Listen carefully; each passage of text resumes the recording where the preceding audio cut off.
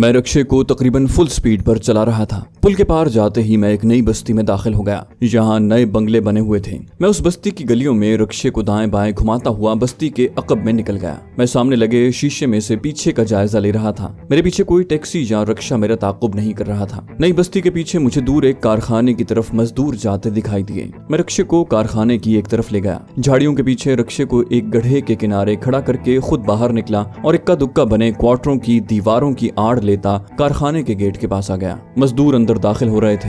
मैं भी उनके साथ ही कारखाने के अहाते में दाखिल हो गया। ये कपड़े का कारखाना था। अहाते में एक जानिब 2 ट्रक खड़े थे जिन पर कपड़ों की बड़ी बड़ी गांठें लादी जा रही थी। कारखाने के बड़े दफ्तर की पेशानी पर शिवानाथ क्लॉथ मिल्स गुजराती जबान में लिखा था। मैं यूं ही दफ्तर के बरामदे में चला गया। ऑफिस के बाहर चपड़ासी स्टूल पर बैठा था। मैंने उसे नमस्कार किया और कहा कि मैं बेकार हूँ, नौकरी की तलाश में आया हूँ। चपड़ासी ने बड़ी बेजारी से मुझे वहां से जाने का इशारा किया। मैंने कहा, भाई मैं तमिलनाडु का रहने वाला हूँ, परदेसी हूँ, रात स्टेशन पर गुजारी है, सुबह से कुछ नहीं खाया। चपड़ासी रुखाई से बोला, अरे भाई जी, हमने नौकरी दिलाने का कोई ठेका नहीं ले रखा। तमिलनाडु के हो तो मैं क्या करूँ, जाओ यहाँ नौकरी नहीं है। इतने में चिक के पीछे से आवाज आई, हरभजन लाल, उस आदमी को अंदर भेज दो। चपड़ासी फौरन स्टूल से खड़ा हुआ, अच्छा साहब। फिर चिक उठा दी। मैं दफ्तर में दाखिल हो गया। मुझे नौकरी वगैरह की तो कोई जरूरत नहीं थी, बस पीछे लगी मिलिट्री पुलिस से छुपना चाहता था। दफ्तर महफूज था मगर बड़ी खूबसूरती से सजाया गया था। दीवार पर महात्मा गांधी की तस्वीर लगी थी। बड़ी मेज के पीछे कुर्सी पर एक काले रंग का घुंघराले बालों वाला मोमर आदमी ठंडे सूट में बैठा सिगार पी रहा था। फजा में सिगार की खुशबू फैली थी। उसने अपने सुनहरी फ्रेम वाले चश्मे के पीछे से मुझे गौर से देखा और पूछा, तुम तमिलनाडु के रहने वाले हो? मैं समझ गया कि उसने मेरे साथ ये रियायत महज इसलिए की है कि ये शख्स भी जरूर तमिलनाडु का रहने वाला है। मैंने नमस्कार करते हुए कहा, जी हाँ साहब, मैं मदुराई का हूँ, माता पिता नहीं है, कोई भाई बंद भी नहीं है। कल से शहर में बेकार भूखा प्यासा फिर रहा हूँ, नौकरी मिल जाए तो आपकी बड़ी दया होगी। उसने मुझे घूरते हुए कहा, क्या नाम है तुम्हारा? मैंने बड़े अदब से कहा, कृष्ण। उसने मुझे कोने में रखे सोफे पर बैठने का इशारा किया। फिर चपड़ासी को बुलाकर मेरे लिए चाय और बिस्किट लाने को कहा। चपड़ासी मेरी तरफ घूमता हुआ बाहर निकला। अब उस उधेड़ उम्र शख्स ने कहा, मुझे तुमसे हमदर्दी है, मैं खुद तमिलनाडु का रहने वाला हूँ मगर मैं रामेश्वरम का हूँ। कोई बात नहीं, मैं तुम्हें अपने कारखाने में मुलाजिम रख लेता हूँ। तुम कितना पढ़े लिखे हो? जुनूबी भारत में तालीम बहुत आम है और हर स्कूल इंग्लिश मीडियम होता है। यही वजह है कि आपको 90% जुनूबी हिंद के लोग ऐसे मिलेंगे जो बड़ी रवानी से अंग्रेजी बोल लेते हैं। मैंने कहा कि मैं सिर्फ मैट्रिक तक पढ़ा हूँ। वो सिगार की राख एस्ट्रे में झाड़ते हुए बोला, ठीक है, तुम आज से कारखाने में काम शुरू कर दो। अभी तुम्हारी तनख्वाह 500 रुपए होगी, फिर तुम्हारी तरक्की कर दूंगा। इतने में चपड़ासी चाय और बिस्किट ले आया था। मैं चोरी चोरी चिक में से बाहर भी निगाह डाल लेता था क्योंकि झाड़ियों के पीछे छुपा हुआ रक्षा मेरे दुश्मनों को मुझ तक आने में मदद दे सकता था। उस आदमी ने फोन पर सिन्हा से मेरे बारे में बात की और फिर तमिल जबान में मुझसे मुखातिब हुआ, कृष्ण, जाओ सिन्हा साहब से जाकर मिल लो, मेरे कमरे से तीसरा कमरा उसका है। मैं प्रणाम करके दफ्तर से बाहर आ गया। मिस्टर सिन्हा के कमरे की तरफ बड़ा ही था कि जिधर मैंने रक्षा खड़ा किया था उस तरफ से मिलिट्री पुलिस के 2 जवान कारखाने की तरफ आते दिखाई दिए। मैं उल्टे कदम वापस हुआ और लंबे लंबे डग भरता चपड़ासी के करीब से गुजरता बरामदे की दूसरी जानिब निकल गया। जहाँ गांठों से लदा हुआ ट्रक रवाना होने के लिए पीछे की तरफ खिसक रहा था। मुझे और तो कुछ न सूझा, लपक कर ड्राइवर के पास गया और बड़े एतमाद से कहा, मुझे सिन्हा साहब ने साथ जाने को कहा है। मिस्टर सिन्हा का नाम मैंने सुन रखा था, जरूर ये कारखाने का कोई अफसर था जिसका नाम सुनकर ड्राइवर ने मुझे इशारे से पीछे बैठने को कहा। मैं भागकर ट्रक की पिछली तरफ गया और उछलकर उसमें सवार हो गया और बड़ी बड़ी गांठों के पीछे छुपकर बैठ गया। थोड़ी ही देर बाद ट्रक कारखाने के अहाते से निकलकर किसी नामालूम मंजिल की तरफ रवा दवा था। मैंने खुदा का शुक्र अदा किया।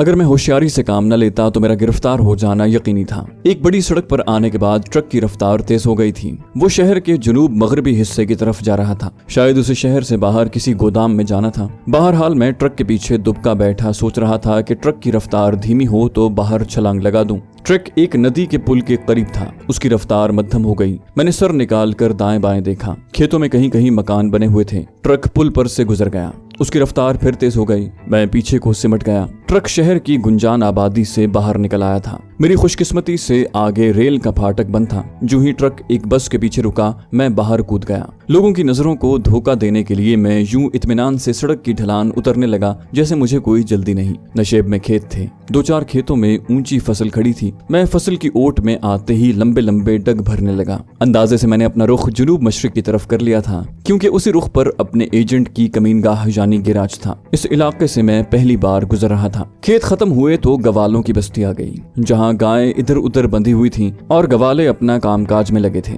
मैं खामोशी से दो एक को नमस्कार करता वहां से भी गुजर गया। रेलवे लाइन बुलंदी पर थी। मैंने उसे पार करने के बजाय उसके मुतवाजी जरा नशेब में जाकर ही चलना ज्यादा मुनासिब समझा। रास्ते में दो एक फाटक भी आए। मुझे ऐसा लगा जैसे मैं रास्ता भूल गया हूँ, क्योंकि मुझे अभी तक उस कारखाने की चिमनी दिखाई नहीं दी थी जो अपने एजेंट के गैराज के करीब वाक़ था। मैंने हिम्मत न हारी और चलता गया। मेरी छठी हिस्स कह रही थी कि मैं ठीक समत चल रहा हूँ। सूरज सर पर आ गया था। चलने से मुझे गर्मी लग रही थी और पसीना भी बहने लगा था। एक जगह मैं रेलवे लाइन पर चढ़ा तो दूर दरख्तों के अकब में किसी कारखाने की ऊपर को उठी हुई चिमनी नजर आई। मेरे दिल ने कहा कि यही वो कारखाना है जिसकी मुझे तलाश है। मैंने रेलवे लाइन पार की और दूसरी समत चल पड़ा। मेरे पीछे एक मुसाफिर गाड़ी रेलवे लाइन पर से शोर मचाती गुजर गई। जहाँ इर्द गिर्द गंदे जौहर थे, जहाँ स्क्रैप के ढेर लगे हुए थे। आखिर में दरख्तों के झुंड में से होता हुआ कारखाने के करीब आया तो मेरा चेहरा खुशी से दमक उठा। मेरी बाएं तरफ पुरानी 12 दरी वाला तालाब था और कुछ फासले पर अपने एजेंट का क्वार्टर साफ नजर आ रहा था। मैं थोड़ी देर के लिए तालाब की 12 दरी के पास आकर रुक गया। फिर क्वार्टर की तरफ गौर से देखा तो मालूम हुआ कि कोई नहीं है। क्वार्टर के सामने गैराज का जितना हिस्सा मुझे नजर आ रहा था वो वीरान था। कोई पुरानी गाड़ी भी वहां नहीं खड़ी थी। मेरा दिल ये सोचकर परेशान हुआ कि कहीं एजेंट पकड़ा तो नहीं गया। मुझे 12 दरी के पीछे 15 मिनट गुजर गए। इस अरसे में ना तो वहां कोई आया और ना कोई क्वार्टर में से बाहर निकला। अपने एजेंट का कारीगर लड़का भी नजर नहीं आ रहा था। अब मैंने खुद जाकर हालात का जायजा लेने का फैसला किया। मैं 12 दरी से हटकर क्वार्टर की अकबी दीवार की तरफ चलने लगा। मैं यूं चल रहा था जैसे क्वार्टर की तरफ नहीं जा रहा बल्कि उसके करीब से गुजरने वाला हूँ। क्वार्टर के पीछे पहुंचकर देखा कि क्वार्टर की पिछली खिड़की बंद थी। मैं आगे से होकर क्वार्टर के सामने आ गया।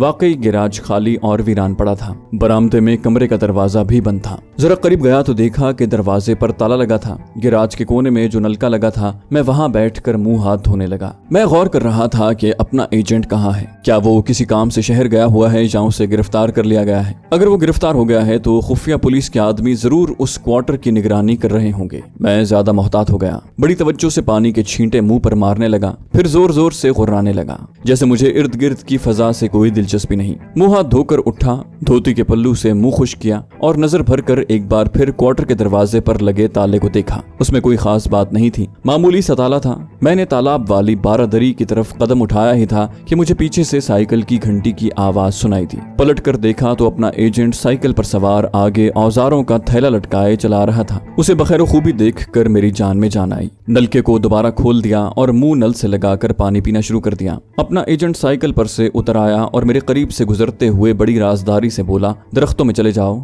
आध घंटे बाद आना। मैं यूं ही जोर जोर से खांसता हुआ तालाब की तरफ चल दिया। तालाब की एक जानिब नीम के 2-4 दरख्त उगे थे। मैं उनकी ठंडी छांव में घास पर लेट गया। मैं उस रुख पर लेटा था कि मेरी आंखें क्वार्टर के अहाते को साफ तौर पर देख रही थीं। दादा भाई ताला खोलकर कमरे में गया। वापस बाहर आया तो हाथ में एक कनस्तर पकड़ा हुआ था। कनस्तर एक तरफ रख कर वो वापस कमरे में गया और अंदर से एक चारपाई निकालकर सहन में लाकर बिछा दी। फिर वो किसी गाड़ी का मडगार्ड उठा लाया और उसे रेती से रगड़ना शुरू कर दिया। मेरी समझ में नहीं आ रहा था कि उसने मुझे आध घंटे बाद आने का सिग्नल क्यों दिया है। उसने चारपाई भी कमरे से निकाल कर बिछा दी थी। जरूर कोई मेहमान आ रहा था। मैं अभी ये सोच ही रहा था कि कच्ची सड़क पर मुझे दूर से एक मोटरसाइकिल आता नजर आया। मेरा दिल जोर से धड़क उठा। मोटरसाइकिल पर पुलिस का एक सिपाही बैठा था। मैंने उस पर नजरें गाड़ दी। ये कमबख्त यहाँ क्यों आ रहा है? अगर मुझे अपने एजेंट ने दरख्तों में जाने का इशारा किया है तो इसका मतलब है कि उसे मालूम है कि वहाँ पुलिस का एक सिपाही आ रहा है। घबराने की कोई बात नहीं थी। सिपाही मोटरसाइकिल लेकर गैराज के अहाते में आ गया। अपने एजेंट ने उठकर उसे सलाम किया। मोटरसाइकिल सिपाही ने एक तरफ खड़ी कर दी। एजेंट उसे झुककर इधर उधर से देखने लगा।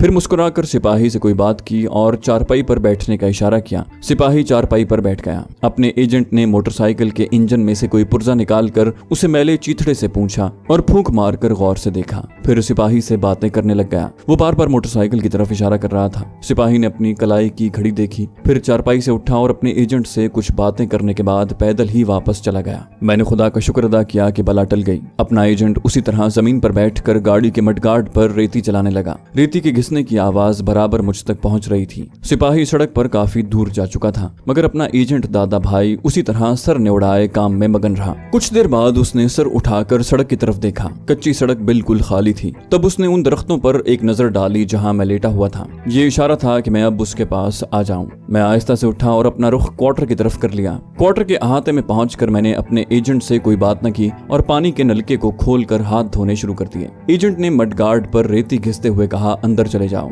मैं मैं धोती के पल्लू से हाथ साफ करता क्वार्टर के अंदर चला गया। अंदर चारपाई नहीं थी। कोने वाले तख्त पर मिस्त्रियों के औजार पड़े थे। मैं तख्त के कोने पर बैठ गया। चंद सेकंड के बाद दादा भाई अध खुले दरवाजे में आकर खड़ा हो गया। बाहर देखते हुए वो मुझसे हम कलाम हुआ। तुम्हारी उस डाकू की लड़की ने मुझे सख्त मुसीबत में मुब्तला कर दिया है। मैं चौंक पड़ा। डाकू की लड़की से दादा भाई की मुराद यकीनन सिदा ही हो सकती थी। वो आहिस्ता आहिस्ता बोले जा रहा था। तुम्हें उसको साथ लाने की क्या जरूरत थी? ये बात तुम्हारे रिकॉर्ड में दर्ज की जाएगी कि तुमने दुश्मन के मुल्क में एक औरत पर भरोसा करके उसे अपने ऑपरेशन में शरीक किया। मैंने बेख्तियार होकर पूछा, क्या सिधा भाग निकली है? एजेंट ने गुस्सीली आवाज में मुझे डांट पिलाते हुए कहा, उस औरत की वजह से हम अपने एक कीमती और लायक साइंसदान से महरूम हो गए हैं। वो तुम्हारी लीडर नहीं थी। फिर तुमने उसके पीछे लगकर सांपों की पटारी जीप पर क्यों फेंकी? क्या कभी इस तरह भी कमांडो ऑपरेशन हुए हैं? मैं कुछ कहने ही वाला था कि एजेंट एक बार फिर गुस्से से बोला, ये डाकू औरत भी हमारे राज में शरीक हो गई है। ये कोई अच्छी बात नहीं। वो भारत की रहने वाली है। वो किसी भी वक्त हमारे खिलाफ मुखबरी कर सकती है।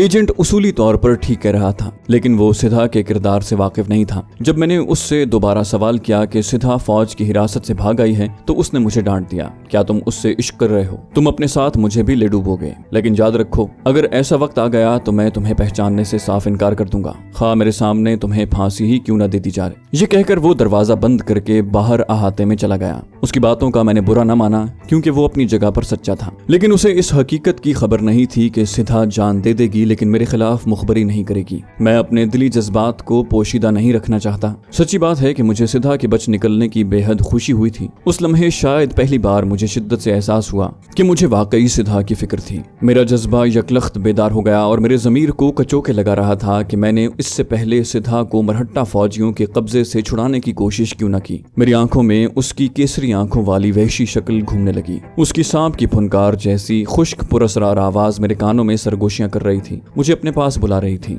मैं सिधा की बहादुरी पर दंग रह गया। मरहट्टा फौजियों की कैद से निकलकर उसने शुजात का बेमिसाल कारनामा अंजाम दिया था। मुझे अपने एजेंट से भी हमदर्दी थी। मुझे उसकी मजबूरियों का भी एहसास था, लेकिन वो नहीं जानता था कि सिधा मेरे इस मिशन में मेरी किस कदर मददगार साबित हुई है। उसकी मदद के बगैर शायद मैं डॉक्टर फरीदी की बेटी नौरीन को भी दुश्मन के हिसार से निकाल कर उसके पास न पहुंचा सकता था। अभी तक अपने एजेंट ने मुझे नौरीन के बाहिफाजत पाकिस्तान पहुंचने के बारे में कुछ नहीं बताया था। वो बाहर अहाते से गायब हो गया था। मैंने दरवाजे की दर्ज में से बाहर देखा, वो अहाते में नहीं था। ये भी वैसे कमाल का आदमी था। दुश्मन के मुंह में बैठकर हमारी हिफाजत भी कर रहा था और अपना फर्ज निभा रहा था। उसने सिधा को जरूर किसी और मकाम पर रखा होगा। उसकी साइकिल अहाते की दीवार के साथ लगी हुई थी। वो पैदल कहाँ चला गया था? मैं दीवार के साथ लगा अभी तक बाहर झांक रहा था। बाहर वीरानी का आलम था। दादा भाई का मडगार्ड और रेती चारपाई के पास जमीन पर पड़े थे। लगता था कि वो कहीं किसी शय का बंदोबस्त करने गया है। मैं वापस तख्त पर आकर बैठ गया। मेरे ख्यालात सिधा के गिर्द घूम रहे थे।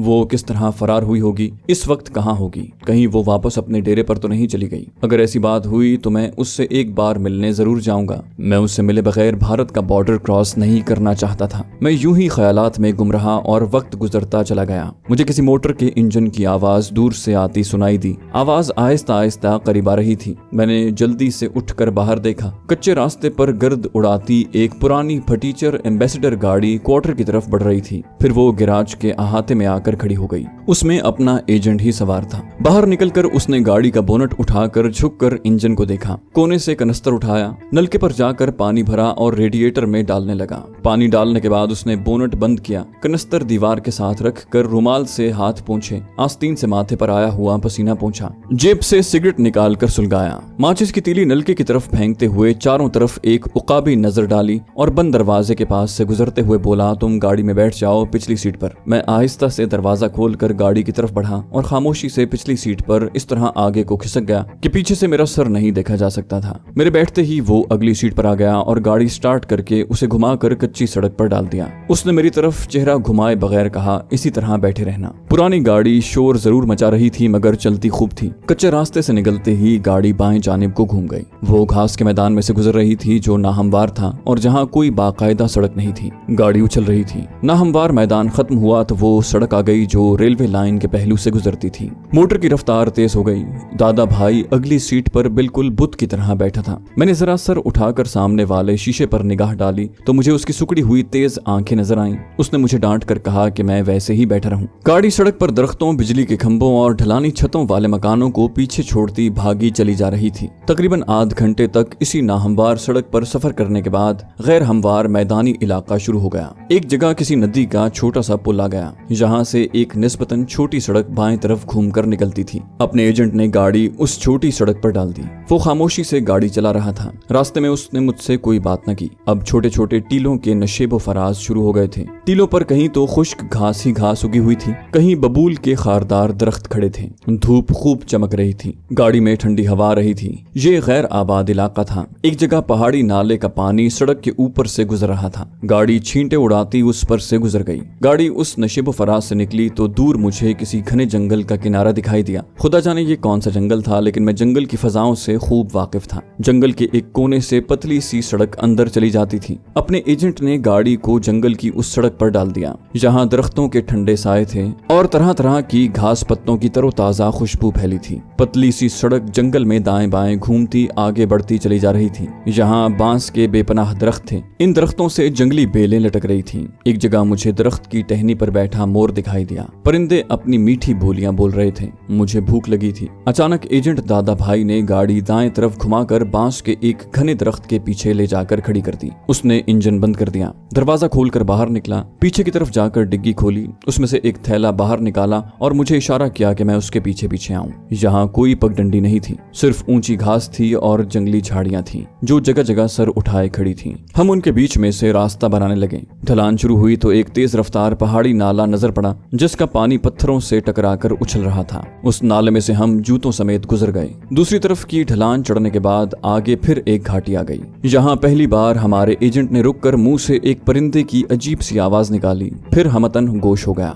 दूसरी बार आवाज निकाली तो फजा में इस किस्म की एक और आवाज सुनाई दी। एजेंट ने आहिस्ता से कहा, चले आओ। हम घाटी में उतर गए। आगे चौड़े चौड़े पत्तों वाली इतनी घनी झाड़ियां और बांस के दरख्तों के झुंड थे कि रास्ता मिलना मुश्किल हो रहा था, मगर दादा भाई एक खास जाविये से उसमें दाखिल हो गया। मैं उसके पीछे पीछे था। सामने एक गार मुंह फाड़े खड़ा था। गार के धाने की झाड़ियों में से एक आदमी जिसने सिर्फ लंगोट पहन रखा था बाहर निकल आया। उसके हाथ में सिर्फ नेजा था। वो कोई जंगली कबीले का आदमी लग रहा था। उसने अपने एजेंट को देखा तो पीछे हट गया। अपने एजेंट ने किसी अजीबो गरीब जबान में उससे कोई बात की और फिर मुझे लेकर गार में आ गया। गार के अंदर जाकर पत्थरों के कुदरती सुतूनों के अकब में एक जगह तेल का चिराग रोशन था। सुतूनों के पास पहुंचते ही मुझे सांप की फुनकार की आवाज आई और किसी ने मुझे पीछे से थाम लिया। रघु।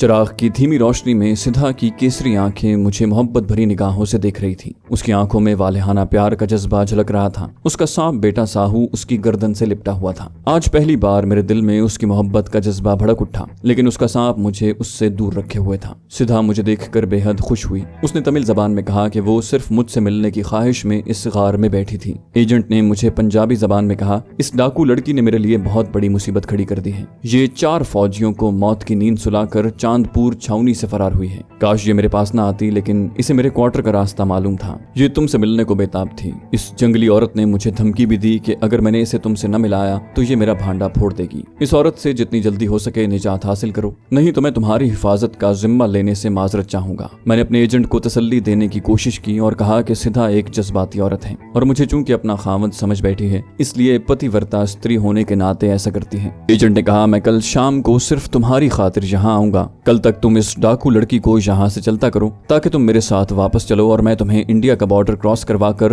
अपनी जिम्मेदारी से सुबकदोश हो सकूं। उसने थैला मेरी तरफ बढ़ाकर कहा, इसमें तुम लोगों के खाने के लिए रोटियां और मछली है, जो कल के लिए काफी होगी। ये कहकर एजेंट दादा भाई खामोशी से गार के दहाने की तरफ चला गया।